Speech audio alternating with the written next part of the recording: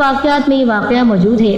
کہا جاتا ہے ایک لڑکی تھی جو بہت نیک، پاکیزہ اور باحیا تھی۔ اپنے ماں باپ کی وہ اکلوتی اولاد تھی۔ اللہ تعالیٰ نے اس کو حسن بھی دیا تھا اور اخلاق بھی۔ اس کی خوبصورتی کی وجہ سے کئی لوگ اس کے عاشق تھے۔ لیکن ایک بار ایسا ہوا کہ ایک آدمی اس کو دیکھ کر اس کے حسن کا دیوانہ ہو گیا۔ وہ طرح طرح سے اس کی قربت چاہتا تھا اور منصوبے بناتا کہ یہ لڑکی مجھے کسی طرح سے مل جائے، لیکن ایسا نہ ہوا اور اس لڑکی کی شادی کسی مسلمان آدمی سے ہو گئی۔ وہ اس کے ساتھ بہت خوش تھی۔ یہاں پر وہ ہندو آدمی پیچتاب کھا رہا تھا کہ یہ مجھے نہ ملی تو یہ کسی کو نہ ملے گی، شادی تو اس کی ہو گئی ہے لیکن میں اس کو خوش نہیں رہنے دوں گا۔ وہ بہت خوش ہوا اور اس نے جنگل میں جا کر چلا کاٹنا شروع کر دیا اور اس کے شوہر اور اس لڑکی پر کالا جادو کر دیا۔ کالا جادو کرنے کی وجہ سے اس کا شوہر اس سے کھچا کھچا سا رہنے لگا اور شروع کے 5 سال تک اس کے ہاں کوئی بھی اولاد نہ ہوئی۔ ایک تو غم، شوہر اتنا بیزار، اور پھر اولاد بھی نہیں ہو رہی۔ پھر کسی کے کہنے پر اس نے روحانی علاج کروایا۔ بہت روحانی علاج کروانے کے بعد آخرکار ان کے گھر ایک بہت خوبصورت سی بیٹی پیدا ہوئی۔ اس بچی کو سب چاہتے تھے لیکن شوہر اس بچی کے پاس بالکل نہیں جاتا تھا۔ وہ اس بات سے بھی دکھی تھی لیکن اللہ کا شکر ادا کرتی کہ کم از کم گھر میں رحمت تو آئی۔ ایک نہ ایک دن باپ کے دل میں بیٹی کی محبت تو آئے گی۔ جب وہ بچی تقریباً 8 مہینے کی ہو گئی، انہی دنوں ایک روز ایک اللہ والے کے دربار سے ایک فقیر بھیک مانگنے اس عورت کے گھر گیا۔ عورت نے ملازم کو کہا کہ اس ملنگ کو خیرات دے کر روانہ کر دو، مگر وہ فقیر ضد کرنے لگا کہ گھر کی مالکن سے ملنا چاہتا ہوں، بہت ضروری بات کرنی ہے۔ حالانکہ وہ کسی کے سامنے نہیں آتی تھی، باپ پردہ تھی، لیکن نہ جانے کیوں اس فقیر سے ملنے دروازے تک آ گئی۔ وہ فقیر کہنے لگا، بی بی جی کھانے کو روٹی دو۔ اس عورت نے اسے 3 روٹیاں اور سالن دیا۔ کھانے کے بعد وہ فقیر بولا، بیٹی پانی نہیں پلاؤ گی؟ اس عورت نے ملازم سے پیتل کے بڑے گلاس میں پانی منگوایا اور اس فقیر نے گلاس لے کر پانی میں دیکھا اور اس عورت سے کہا، پانی میں سانپ ہے۔ وہ حیران رہ گئی۔ فقیر نے کہا، بی بی آپ پر کالا جادو کیا گیا ہے۔ وہ حیران، یہ کیسے ہو سکتا ہے؟ نہیں نہیں، مجھ پر کون جادو کرے گا؟ کون میرا دشمن ہوگا؟ فقیر نے کہا، آپ پر کالا جادو کیا گیا ہے کہ آپ کی کوئی اولاد زندہ نہ بچے۔ وہ ہنسنے لگی، ارے جھوٹ بول رہے ہو، تمہاری بات کیسے مان لوں؟ میری ایک بیٹی ہے جو اندر سو رہی ہے۔ فقیر نے کہا، اچھا اندر جا کر دیکھو، میری بات سچ ہے، تمہاری بیٹی سو نہیں رہی بلکہ مر گئی ہے۔ وہ بہت پریشان ہوئی، دوڑتی ہوئی اندر بھاگی، جھولے میں پڑی اپنی بیٹی کو دیکھا تو وہ سچ میں مری پڑی تھی۔ واپس دروازے پر آئی تو فقیر وہاں موجود نہیں تھا، غائب ہو چکا تھا۔ اس نے اپنے ملازموں کو اس فقیر کے پیچھے دوڑایا مگر وہ غائب ہو گیا تھا۔ شوہر کو بھی اس بات کی اطلاع دے دی گئی۔ سب لوگ حیران تھے، آخر بچی اچانک کیسے؟ اور وہ فقیر کون تھا جس نے اس کی موت کی خبر دی؟ لیکن صبر تو کرنا ہی تھا۔ وہ صابر شاکر عورت اپنی بیٹی کی موت پر بس اللہ تعالیٰ کے حضور سجدے ہی کرتی اور کہتی، اللہ تعالیٰ میں نے ایسا کون سا گناہ کیا ہے کہ مجھ سے خوشیاں ہی روٹ گئی ہیں۔ بہرحال اس بچی کے تقریباً 1 سال بعد اس کے گھر دوبارہ ایک بیٹی پیدا ہوئی۔ وہ بیٹی پہلی بیٹی سے بھی زیادہ حسین تھی۔ وہ عورت اپنی بیٹی کو کسی کے سامنے نہیں لاتی تھی کہ کہیں اس کو کسی کی نظر نہ لگ جائے۔ ایک بیٹی کو کھو چکی تھی، دوسری کو نہیں کھونا چاہتی تھی۔ لیکن جب وہ بچی 2 سال کی ہو گئی تو ایک بار پھر وہی فقیر دروازے پر آیا۔ نوکرانی اس فقیر کو صدقہ خیرات دینے لگی تو اس فقیر کو پہچان کر بھاگی ہوئی اندر گئی اور مالکن کو بتایا کہ وہی فقیر آیا ہے کہ جس نے آپ کی بیٹی کی۔ اچھا وہ عورت ڈر گئی۔ ان کو ایک بار پھر شک ہوا کہ کہیں ان کی دوسری بچی بھی نہ مر گئی ہو۔ بھاگ کر بچی کو دیکھا جو آرام سے سو رہی تھی۔ اس نے سکون کا سانس لیا اور نوکرانی سے کہا کہ اس فقیر کو کھانا دے کر رخصت کر دو۔ ایسے ہی کیا گیا۔ جاتے ہوئے وہ فقیر ملازمہ سے بولا، اس گھر کی مالکن پر کالا جادو کیا گیا ہے، اس گھر کی کوئی اولاد زندہ نہیں بچے گی۔ وہ کیوں میری بات نہیں مان رہی ہے؟ اپنا علاج کروا، اس سے بول، تجھ پر جادو کیا ہے کسی نے، تو کبھی بھی صاحب اولاد نہیں ہو سکتی ہے۔ ملازمہ نے یہی بات آ کر اس عورت کو بتائی۔ پہلے تو وہ اس بات کو نہیں مان رہی تھی، لیکن جب فقیر نے یہ بات کہی تو وہ زارو قطار رونے لگی۔ ملازمہ گھبرا گئی اور جلدی جلدی بھاگ کر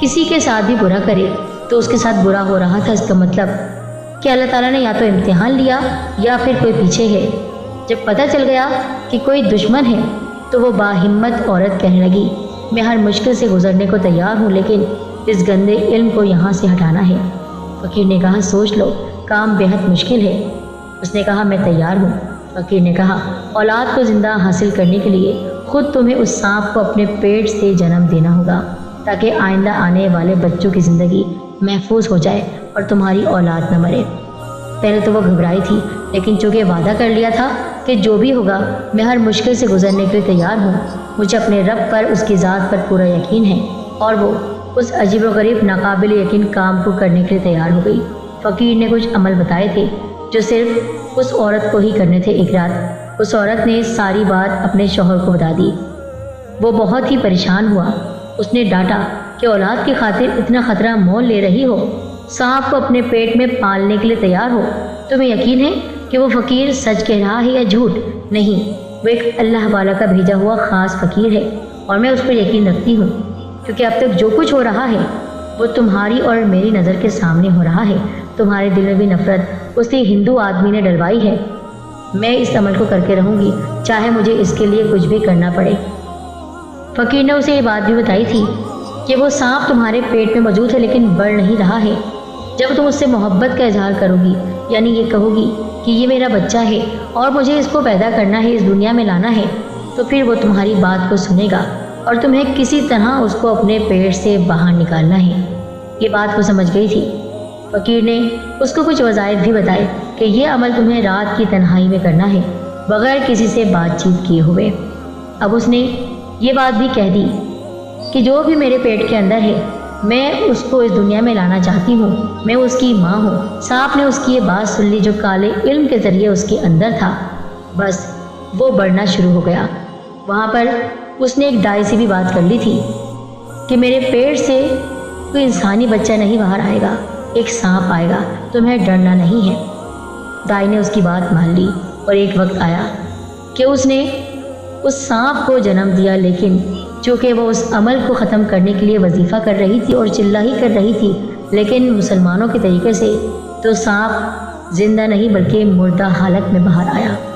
اور اللہ کی کرنی ایسی کہ اس کے ساتھ ساتھ اس نے ایک زندہ لڑکے کو بھی پیدا کیا جس کا رنگ بالکل نیلا تھا۔ وہ لڑکا اپنی پیدائش کے کچھ ہی دیر کے بعد مر گیا۔ دکھ تو بہت ہوا، ایک ماں کو 3 بیٹیاں، ایک بیٹا اس دنیا سے چلا گیا، یہ کیا ہو رہا ہے میرے ساتھ؟ لیکن اس سانپ کو اپنے سامنے دیکھ کر وہ سچ میں حیران تھی کہ میں نے کس طرح اس خوفناک کالے سیاہ ناگ کو اپنے اندر پالا ہے۔ اب یہ نکل گیا ہے، اللہ تعالیٰ میری منزل کو آسان کر دے گا۔ اس واقعے کے ٹھیک 1 سال بعد اللہ تعالیٰ نے اس عورت کو ایک صحت مند لڑکے سے نواز دیا۔ وہ لڑکا بالکل ٹھیک تھا، اور اس کے بعد 2 اور بیٹے بھی اللہ تعالیٰ نے اسے عطا کیے۔ کالے علم کا اثر اب ختم ہو چکا تھا۔ ایک دن وہ فقیر اس کے دروازے پر آیا۔ عورت بھاگتی ہوئی دروازے تک آئی۔ بابا، کیا بات ہے؟ کوئی ایسی خبر تو سنانے نہیں والے کہ میں پھر سے ٹوٹ جاؤں؟ اب تو میرے بیٹے بھی ہو گئے ہیں اور اللہ کا شکر صحت مند ہیں اور اب تک ٹھیک ہیں۔ میں روز ان کی لمبی زندگی کی دعا مانگتی ہوں کہ کوئی بھی اب میرے بچوں کو نقصان نہ پہنچا سکے۔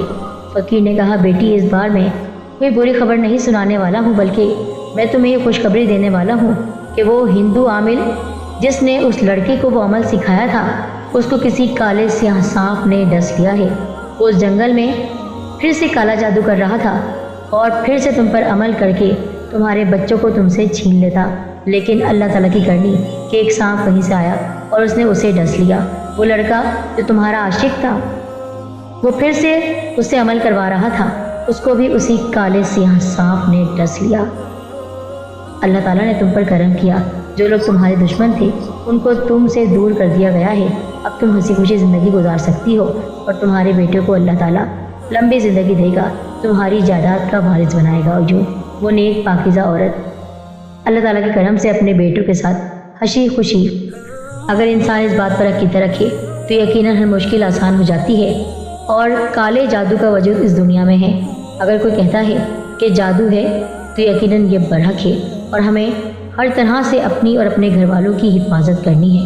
اللہ تعالیٰ آپ سب کو اپنے حفظ و امان میں رکھیں، آمین ثم آمین۔ کامنٹ ضرور کیجیے گا۔ جزاک اللہ خیر۔